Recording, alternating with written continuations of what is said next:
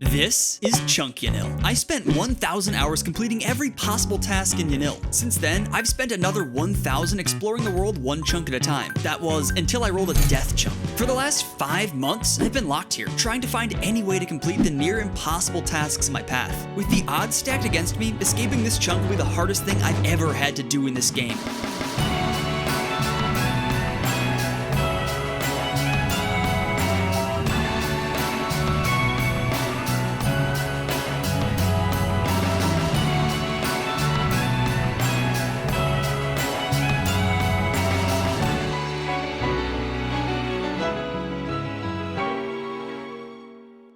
December 1st, 2024. That's the day I rolled a chunk that would change my life. A death chunk.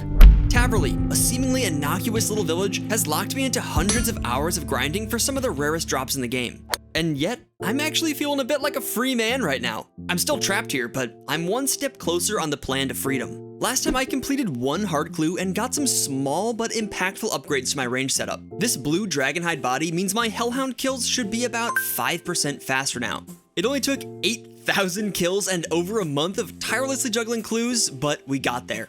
And that's why I feel free right now. For the first time in weeks, I'm not juggling clues, not worried about making sure they don't despawn on the ground and ruin all my progress. I can actually do whatever I want right now, which I know sounds weird, but when you spend all your time babysitting clue scrolls, it's a genuine relief when it's over. So before I just dive back into endless Hellhound murder, I'm gonna take a sec and do something I really should have taken care of last time I had the chance. I'm gonna post up here at Port Khazard, and I'll see you in like 2 hours.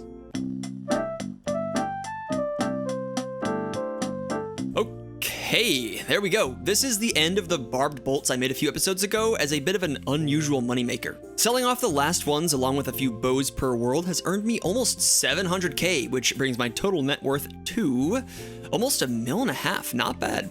I'm not just making money for fun though. Last episode, I burned through tens of thousands of arrows killing Hellhounds, and that's not gonna stop anytime soon. I'm gonna need a full restock if I'm gonna go forward with the plan. In fact, now is probably a good time to acknowledge what the plan is.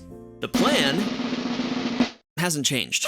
It's still exactly the same as it was. Kill Hellhounds and just hope to get lucky in order to complete one of my most insane chunk tasks ever, obtaining the Smoldering Stone. Though at a drop rate of 1 in 32,000, I can't realistically expect this to happen anytime soon. That's why I've got my eyes set on a more achievable goal in the meantime: complete more clues.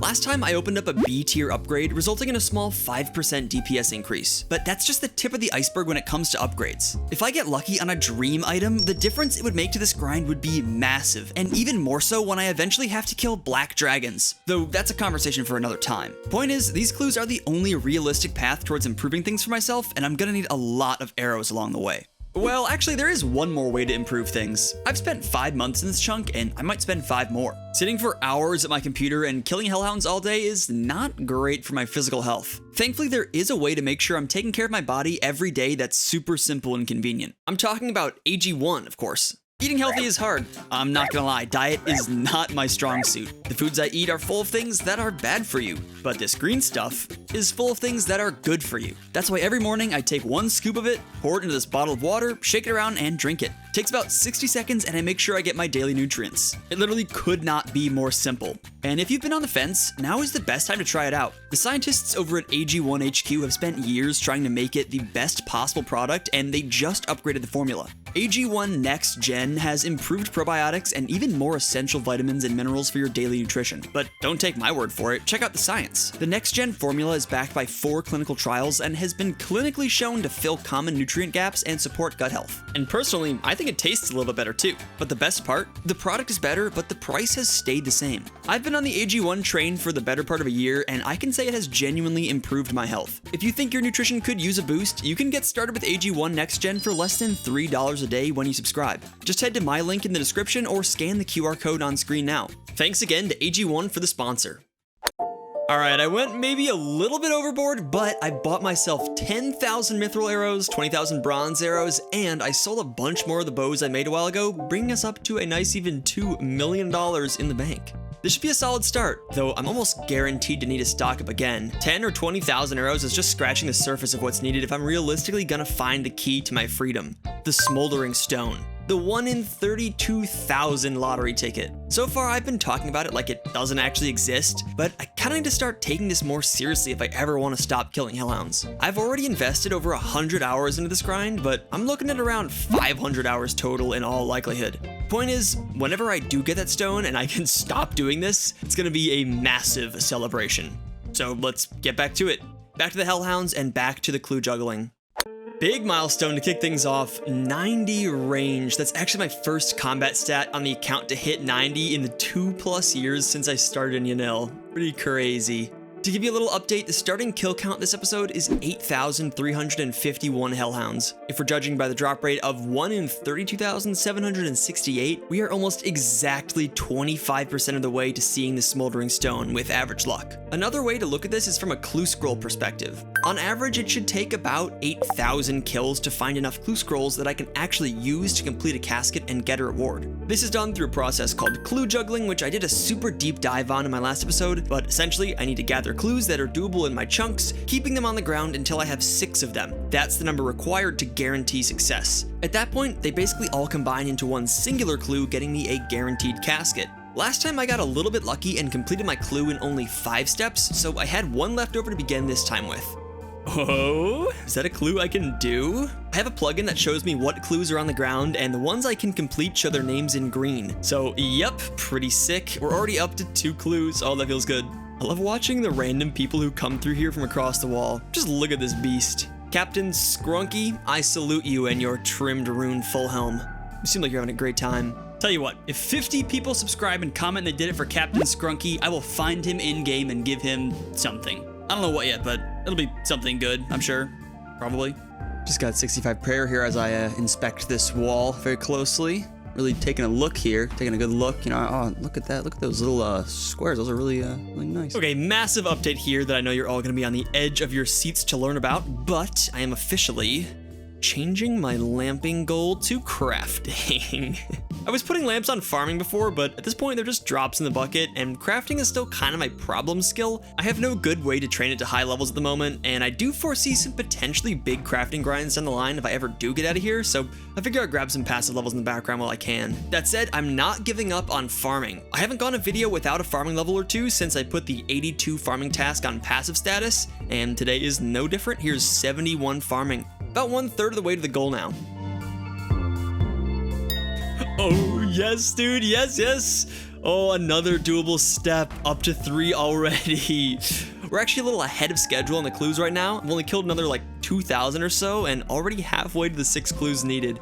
Hey, Editor Josh popping in here for a sec. Like I said, I've been here for a while. This footage is so old that this clip of me getting 91 ranged is the last clip I recorded before flying to Runefest back in late February. Runefest was a lot of fun. I didn't win a golden gnome, but I met a lot of really cool people, and I made some friends. Oh my god. Level 100 combat. Dude, nice. On the One Chunk account. This is a big day for you, my man. The credits should start rolling anytime. Got a limestone brick? Yeah, what the? Oh, Wait, never mind. bricked up. Like, oh my god, I finally got it. The limestone brick. The limestone brick drop, finally.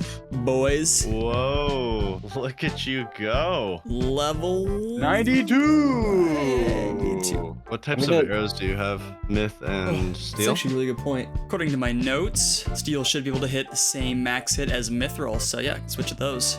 Wait a minute, have I just discovered an incredible new safe spot? Just stand here at these rocks, I can hit both of these Hellhounds? Wait a minute, is this a life-changing discovery? This is incredible. This is so much easier, so many clicks of the old safe spot. I'm not gonna lie, this new safe spot, I've got like a new lease on life. I'm staring at the same brown wall for like 12,000 kills. Now I'm staring at a different brown, it's not even a wall this time, it's just the ground. That's a difference maker, man. It really is. And it's a different color. Oh, yeah. And there's this big pile of rocks right here. Oh, you're good for another 10k kills. It's huge. This is really big for me. Josh, what world are you in? 1 herblore, dude. Get up your herblore, bro. All right, back to the 2.2k worlds. I can't even breathe in these lower level worlds. Like, holy Disgusting. shit. I will say I have imagined the air in this dungeon is just vile. It's probably horrible being in here for like hundreds of hours. Growing mold in your lungs. Exactly. In real life. Oh yes, bro, no way. Oh, we just got another doable clue scroll. And this is extra good because I accidentally didn't record the last clue I got. So this is not clue number 4, this is clue number 5. And this is one I haven't had before. It's one in Yanille proper. Finally, I finally get to do a clue scroll in Yanille itself. That feels so good. To celebrate that, why don't we do some fun facts? Staring at Hellhounds all day hasn't killed my love for trivia. Actually, quite the opposite. I've got some fun Hellhound facts for you. So much of what I enjoy about this account is how the areas I've spent the most time in have barely been changed throughout the entire history of the game. In my endless fascination with the oldest versions of RuneScape, I got curious what Taverly Dungeon looked like in RuneScape Classic. Thankfully, footage exists to answer that exact curiosity, and man, it's so fun to see. I didn't play during this time, but I just love looking at these old models. And guess what else was down here all the way back in Classic? That's right, Hellhounds. But they look way different, almost unrecognizable compared to the models we're used to in old school. I also found this entry from the Varrock Library Bestiary, an online resource that used to exist that held information on the monsters in the game. Hellhounds are apparently supposed to be 280 pounds and 9 feet long. I also love this model they have shown here. Turns out this was the original model for Hellhounds when the 3D rework happened. I just love stuff like this, gives you perspective on how long these things have been in the game. Speaking of things being in RuneScape for a long time, let's play a game. Which of the following have been around since RuneScape Classic? A. The Dwarf Multi-Cannon. B. Baby Blue Dragons. C. Pearl Bolts and Bolt Tips. D. The Wilderness Agility Course. And E. Amulet of Glory. Make your guesses now. If you said all of them, you'd be right. Although the Amulet of Glory is a trick question. It went by a different name back then, but functionally it's nearly identical. These are just a selection of some of the most intriguing things that, to me, seem like they would have been added way later. It's hard to imagine something like the Dwarf Multi-Cannon functioning on RuneScape Classic's very simplistic engine, and I always thought Baby Blue Dragons were just there to make your Slayer task go faster. Pearl Bolt Tips were actually the only different type of bolt tips in the game at the time, and the Wilderness Agility Course was one of only 3 options. You can actually kind of tell how old it is to this day. The way that things are laid out, sort of haphazardly, is very reminiscent of RuneScape Classic. And it definitely reminds me of the Yanille Agility Dungeon. Although, of course, I would say that.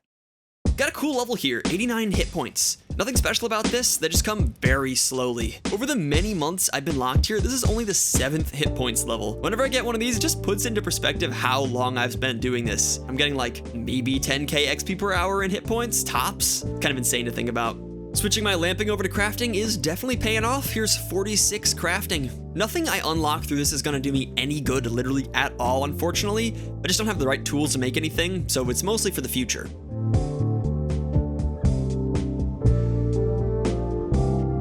'93 range, the first impactful level in a little while. My mithril arrows just gained a new max hit. If nothing else, these range levels are a slow but steady way to marginally increase my kills per hour. Speaking of which, we are currently at 12,269 kills. No sign of that last clue, but I know it's gotta be coming soon. I can't wait to see what's in this next casket. I legitimately get excited thinking about it. Don't ask why I absent-mindedly minigame teleported to pest control of all places. I know this seems super sus as it's literally nowhere near the minigame teleports that I usually use, but trust me, it'll make sense someday. This was entirely an accident though, and I just need to come clean whenever I make a typical Josh isn't gaming blunder and accidentally leave my chunks.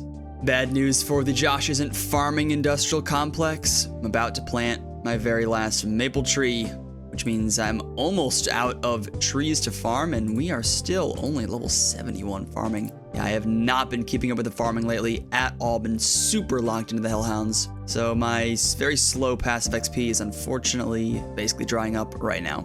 And I'm back with yet another insane range level, 94, almost 1,000,000 XP since the last one. It's hard to put into perspective how much time goes on between these clips. For you, it's a few minutes, but for me, I'm here every single day killing Hellhounds at a rate of about 1 per minute or so. It's honestly become like a lifestyle to me. Anything I'm doing, I'm probably killing Hellhounds on the side. Even my IRL friends who don't play RuneScape know that I've been doing this for months. My mom even knows what a Smoldering stone is.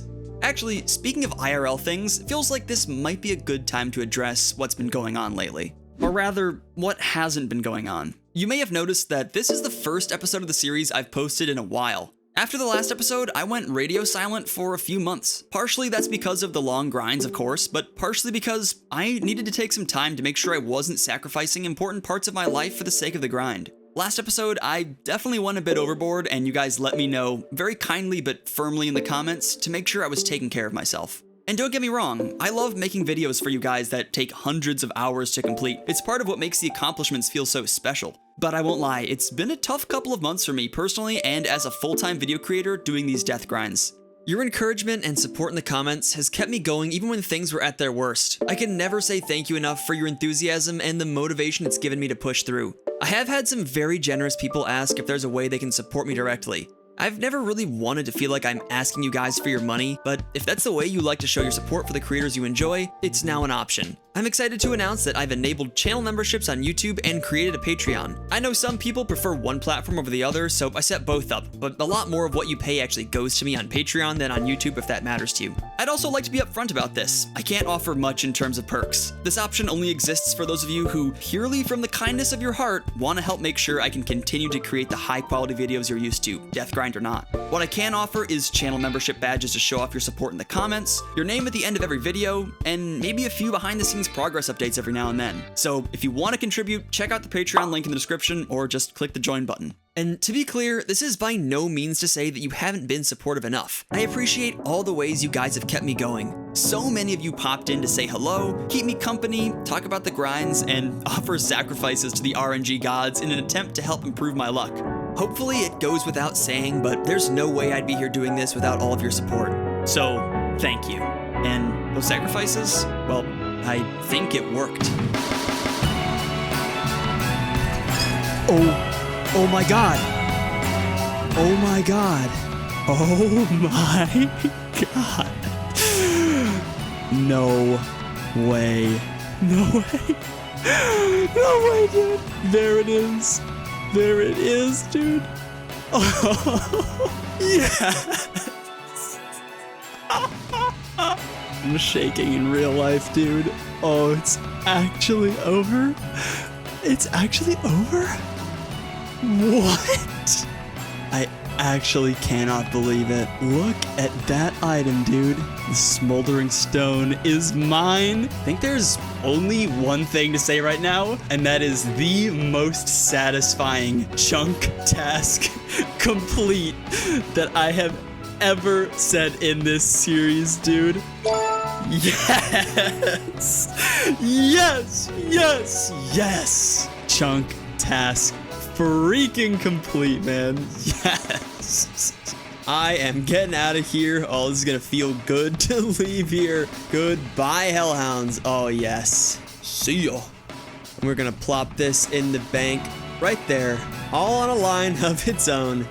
The Smoldering Stone. It still is so good to see. It's hard to put into words how this feels right now. Like I said, grinding for the stone has been a lifestyle for me. It's defined me over the past few months. But all of that is over now. The only thing that would make this better is if the Smoldering Stone was an item that I could actually do anything with. Its actual use is to combine with high-level tools to create an upgraded version, but I've got an iron pickaxe and a mithril axe, so I think the stone is probably gonna sit in the bank for a while. The final kill count on the loot tracker was 14,746, but due to a couple of rune-light crashes, this is actually missing a bit over 1,000 kills. It's hard to say with exact certainty, but that would put the total kill count much closer to around 16,000, almost exactly half the drop rate. Some quick math shows that 16,000 kills at a little more than a kill a minute means that I've spent around 250 hours killing Hellhounds, and I just saved myself approximately 250 more by getting the stone early. 250 hours lucky. Genuinely a life-changing amount of time saved here. But it's possible I may have been a bit misleading so far. I would love to tell you that I'm free, that I'm done with all the pain of this death chunk and that we can get back to rolling soon, but that would be a lie. I may have buried the lead by starting with Hellhounds. You see, the Smoldering Stone is actually only the second longest, most tedious grind in the chunk. With that done, all that's left is the Draconic Visage. It comes from level 227 Black Dragons and a rate of 1 in 10,000. The fact that this is a chunk task shouldn't come as any surprise. It's been on the list since we rolled Taverly, but what you might not be ready to hear is that I'm expecting this item to take at least twice as long as the stone. The reason being, Black Dragons are extremely strong. They have twice the defense and hit points of Hellhounds and regenerate health 5 times faster. 2 episodes ago, I tested killing black dragons and I was getting a kill about 1 per 8 to 10 minutes. That's not even 10 kills an hour. If I need to kill upwards of 10,000 of these things, it doesn't take a calculator to see that that's at least 1,000 hours of dragon slaying. So while I am thrilled about the early stone, and I truly am, we're left in a bit of a tough situation. Remember the plan? Kill Hellhounds, get hard clues, hope for ranged upgrades? Well, I actually had a kind of ulterior motive for this grind. Yes, these upgrades would help with Hellhounds, but any upgrade we got from the clue drop table would be twice as impactful for killing dragons as it would be for killing Hellhounds. I was banking on getting a lot more upgrades than I have before switching to black dragons, which brings it all back around to the clue scrolls. Allow me to direct your attention to the current conundrum. What do you see here? 5 clues on the ground, right? What I see is 2 straight weeks of Hellhounds without finding a single doable step. That's how long it's been since I got my last usable clue scroll. I literally got the Smoldering stone before I got the 6th clue to ensure a guaranteed casket. Attempting to use these with any less than 6 clues means there's a chance I get nothing and they're all gone. But at the same time, if I go back to grinding Hellhounds just to get this last clue, it could be that long, if not longer. Do I really want to spend that much time killing Hellhounds now that I've already gotten the stone? Especially when there's no guarantee that I'll even get anything useful when I do complete the casket. To make my thought process here a little bit clearer, I've made a little table. On the one side, reasons to grind out the last clue. On the other side, reasons to not grind out the last clue. On the left, we've got, I need to kill thousands of black dragons. I need ranged upgrades to kill black dragons faster. Ranged upgrades only come from clue scrolls, and I've already got 5 clues, so I only need 1 more to get a casket. But on the right, we've got, this could be weeks of grinding that I could spend killing dragons, albeit slowly. There's no guarantee the casket has anything good, and perhaps the most interesting factor, I could just send it with 5 steps and hope to get lucky. Factoring in the chance for a back-to-back, it's about a 70 to 75% chance to complete a clue with 5 steps. Much to think about, but for now, I'm going to bed.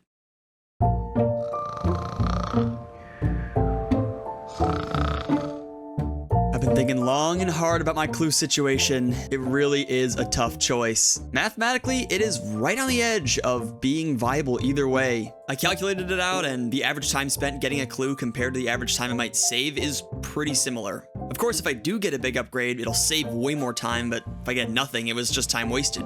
But I think I have made my decision, and it's a decision I think I've known in my heart this whole time, which is, I'm never kill another Hellhound in my life, bro. I'm so glad to be done there, man. I'm not doing that. 5 clues, we're just gonna get lucky, okay? We just got lucky once, we can do it again. We have a really good chance of completing a casket with 5 clues. Let's just do it. If we get unlucky, then I guess we'll just have to deal with the consequences. I feel a little bit like I'm on a take back your life kick right now. I've been on such a long grind stuck down in the Hellhound cave that I'm just making a sort of reckless decision because I just need to do something for the first time in months. Something that could have actual consequences. There they are, my 5 clues. Why couldn't we have just gotten that 6th clue, man? That would make this so much easier. All right, first one. Let's go do this. Tree Gnome Village, here we come. Just a reminder that it's possible that any of these steps, the follow-up could also be a doable clue step in my area. It's about a 4% chance, so not very high, but if I do get that doable step, this becomes a guaranteed casket. All right, what do we got? Okay, no, not a clue that I can do. No luck yet, but it doesn't mean that we're counted out entirely. Let's take another clue back to Bullcoy, see if he'll be kind to us this time. Got anything good for me? Please show me something lucky. Nope, definitely not that one either. Okay, 2 steps done. We've still got 3 to go. All right, let's take it to the Sorcerer's Tower this time. This is my 3rd clue, so there's still no chance at completion just yet, but please show me that back-to-back doable step, and we are safe. No, still no. It's getting down to the wire. It's getting down to the wire. My chance of completion of this clue goes down every time I do one of these steps and I don't get a back-to-back. Oh, that's okay though. It's okay. It's fine. It's okay. Back for another clue of the Sorcerer's Tower. This is the second to last one. And to be honest, this is the first clue that has actually really mattered. This is the 4th clue in the chain, which means we have a chance to get the casket right here from this bookcase. If this happens, I am gonna be so happy. Please, please, please. Please be it. 3, 2, 1. No, no, no. No, and it's not a back-to-back. Oh my god, there's one more chance. This could be really, really bad. We're down to my last shot at greatness. Please, my Yanille Anvil's clue. If it's gonna happen anywhere, it's gonna happen in Yanille. This is it, the final clue I'm ever going to get from Hellhounds. Let's go send it. It's important to remember, I did already get lucky at the Hellhounds. We already saved hundreds of hours on an early Smoldering stone. But at the same time, I was really relying on getting some upgrades during this grind to help with the black dragons, so there's a lot riding on this right now. And at this point, it's literally just a coin flip. Look at the map, right there, behind the Anvil house. You know what? I've spent a lot of time here. I don't know if I've ever stood back in this corner. First time for everything, I guess. Okay, please show me that casket. Please show me that casket. Please, please, please. No, no, dude, no. Oh no, that's so sad. How do we get so lucky on one thing? Oh, and then miss like a 70% chance of success here. Oh, that sucks so bad, man. And no back-to-back. Wow. It is really over. I spent over 100 hours collecting these clues. I juggled them for weeks. But there it goes. Clue scroll is on the ground, and it's time to walk away and figure out what to do next. Well, that's that. The book is now officially closed on Hellhounds, and the plan that I've been banking on this whole time has basically been a failure. One clue scroll, one minor upgrade. I'm barely further than I was when I started. I'm also on my way to being broke. For the last 250 hours, I was losing money on every Hellhound kill, and now the cash stack is under $1 million compared to the 2 I started with at the beginning of the episode. No more barbed bolts means no more easy money, so I'm not sure how I'm gonna afford to kill black dragons for however long this is gonna take. Actually, I have had this thought in the back of my mind that there's another potentially solid moneymaker I should try out. These gnomes in the tree gnome village can be pickpocketed for some solid GP. I've actually wanted to test this for a long time, but I'd never had a good reason to. Let me give this a shot and I'll report back. Oh, oops. I guess I got 90 thieving? That would have been a cool milestone if I hadn't clicked right through it. But yeah, this is okay. Definitely not a quick way to make money, but I am actually learning something else here, something unique. It's giving me an idea that, for now, we're gonna call Plan B. That's because I've been thinking, and I realized I may have been discounting one thing. Last time I was killing black dragons, my range level was in the early 80s. Now, months later, I just hit 94 range and have access to better ammo and higher max hits, as long as I can find a sustainable way to make GP. I've got my fingers crossed that these small changes might have knocked off a solid amount of time from the dragon kills, but if they haven't, well, we might be looking into Plan B. But there's only one way to find out. Let's go kill some dragons. Last time I was here, kills took me probably 8 minutes on average, so we'll see how much that's changed, if at all. And hey, who knows? Maybe I'll just get lucky again and I won't need to worry about any of this. Remember, any kill could be the Draconic Visage.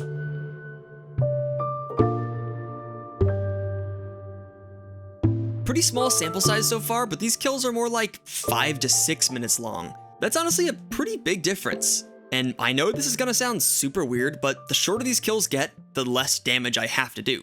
Let me explain what I mean with a little bit of Black Dragon math. Black dragons have a unique property.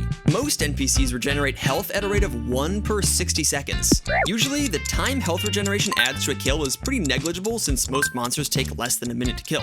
But black dragons regenerate HP 5 times faster than a normal monster. That means that for every minute the kill takes, you have to add 5 HP to their total health. So the longer the kill takes, the more damage you have to deal, which makes the kill take even longer, resulting in more HP regeneration, and yeah, you get the point. It's a bad cycle.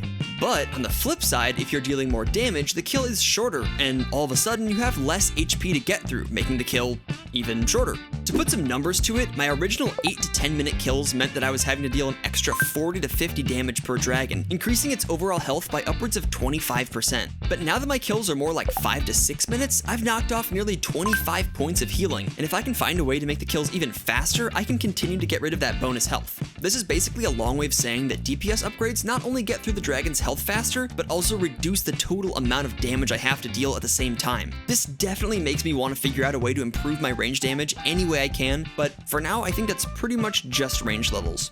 Damn, one thing I forgot about being here is that you actually get loot, you get real items. Black dragon hide and random things that sell for money. That's actually a nice upside that I completely forgot. Oh my god, dude, what?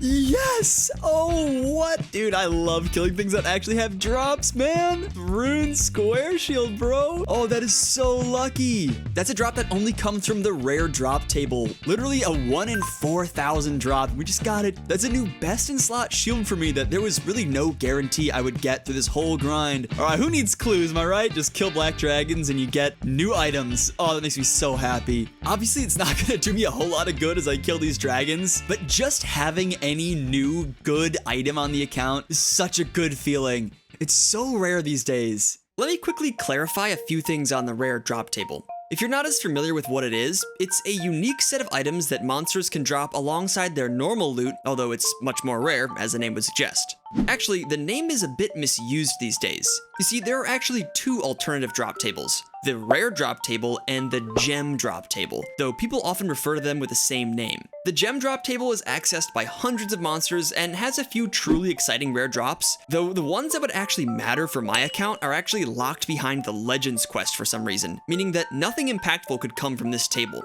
On the other hand, the true rare drop table has no such restrictions and it has some amazing loot, though very few monsters can access it. Black dragons are the first ones I've encountered in my chunks. But that means that if I get lucky, they could drop rune weapons, shields, and even some dragon items. The dragon med helm is an iconic piece of defensive gear that would be a major upgrade for me. But by far the best loot from the rare drop table would be the dragon spear. This thing would be an incredibly huge upgrade over my current best melee weapon. We're talking something like a 30 to 40% DPS increase depending on the monster. Of course, it's a 1 in 20,000 drop from the black dragon, so chances are I could go this whole grind and never see it.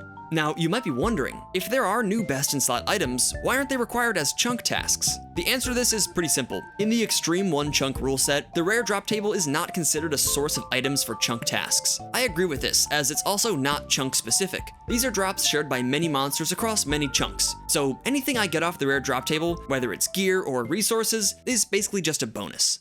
Those dragon bones though, 68 prayer. I am actually using my prayers down here, so every extra level's a little nice bonus. Hey, come here often? Lol. Sad slash good slash big moment. I don't know what this is, but this is my very last maple tree. And man, the farming XP has been moving very, very slowly these days. But with this tree going down, I'm gonna plant my very first yew sapling, which hopefully that can get me another level or two. But after that, it's literally just back to the arty farm for all my farming. And I don't know when exactly I'm gonna be doing a lot of that. One of the unfortunate things about the yew sapling is that I don't have any way to protect it, so I guess I'm just kind of hoping that my super compost is enough, because otherwise this is not going to be a whole lot of XP for me. Actually, this works out pretty well, as I need to reset for every trip. I can come in and check on my yew tree, make sure it's growing nice and good. Look at you. My man is growing up. It's been a couple of days, and I've only managed to kill about another maybe 200 dragons, if that. It's extremely slow, and even worse than that, the XP is next to non-existent. I mean, since ending the Hellhound grind, I've only gained about 10 to 20% of this level. Obviously, at level 94, levels are meant to be slow, but this is very, very slow. And given that range levels are the only way I'm increasing my DPS right now, this might be a problem. Well, that's an interesting drop right there. Cut Dragonstone. Once again, the rare drop table coming in handy for some pretty interesting loot. Doesn't do anything for me right now. I don't have any of the jewelry molds to turn that into some otherwise useful jewelry, but still cool to see for sure.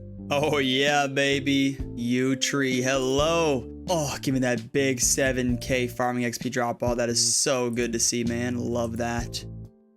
Well, that was a full crystal key, not only just in one trip, but literally back-to-back kills. What the heck? I didn't save the first one, but check this out. Put the loot tracker on screen. That is crazy. The odds of that must be super low. Yep, just calculated it out. The chances of hitting a back-to-back 1 in 378 chance is 1 in 143,000. So yeah, that's about 10 times rarer than anything on the rare drop table. That's insane. No, man, what? It died on like the last possible second. Oh, I just checked it and it looked good. It's so much XP gone. I'm running out of ammo to get this last kill. Man, killing these things burns through arrows so fast. I I think I grabbed out, what, 3,000 steel arrows, and I got maybe 3 trips out of it? Actually insane how many arrows I lose on every single kill. We are really at rock bottom here, just shooting bronze arrows only. I really feel like I need to figure something else out. This is another one of the issues with black dragons that I haven't talked about much. Because each kill takes so long, I end up losing tons of arrows as they just despawn on the ground before I can pick them up. This creates a tension between wanting to use the best arrows I can to make the kills faster, but costing way more GP per kill, and using cheap arrows that I don't mind losing, but taking significantly longer per kill. One nice thing is that black dragons actually drop items and GP to offset the cost of arrows, but the calculations are still not the best. For example, if I were to use mithril arrows, the best I currently have available, I would be bleeding insane amounts of money, almost 1k per dragon, even factoring in the value of their loot. Over 10,000 kills, that's 10 million GP, way more than I have or could feasibly make. Even using steel, my next best arrows, I barely break even, often losing money if the drops are low value. That means I'm almost forced into buying bronze or iron arrows just to save money, but this makes the kills extremely slow. Definitely something I'll be looking for a solution for in the future. Maybe there's an insane moneymaker hiding in my chunks somewhere? Alright, well, that would be exciting if it wasn't something I already had. That's another rare drop table item. Rune Battle Axe. That is pretty rare, I'm pretty sure. Man, I was just about to take my dog for a walk and I thought I'd go check on my tree. This thing is diseased, man. I thought super compost was supposed to be good on trees. Okay, success this time, and this tree grants us 72 farming. Almost at 1 million farming XP, which is still not even really all that close to the goal. You ever seen a, whatever this is before? Okay, a little maze random restocking me on some steel arrows. I see you. Take what I can get. And the death rune's not bad.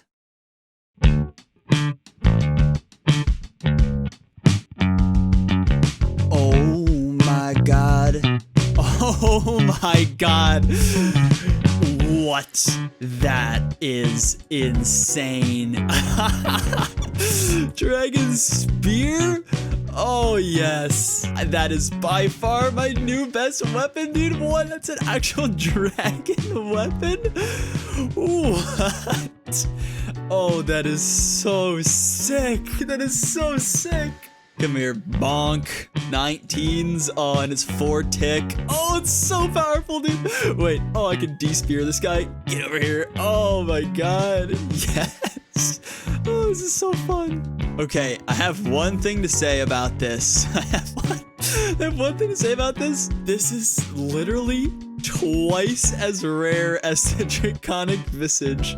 This is literally twice as rare. You know what? I may not have gotten lucky on the hard clues, but man, I was saving up some RNG for this. Look at that, a 1 in 20,000 drop rate on this, and I've only killed less than 1,000 dragons.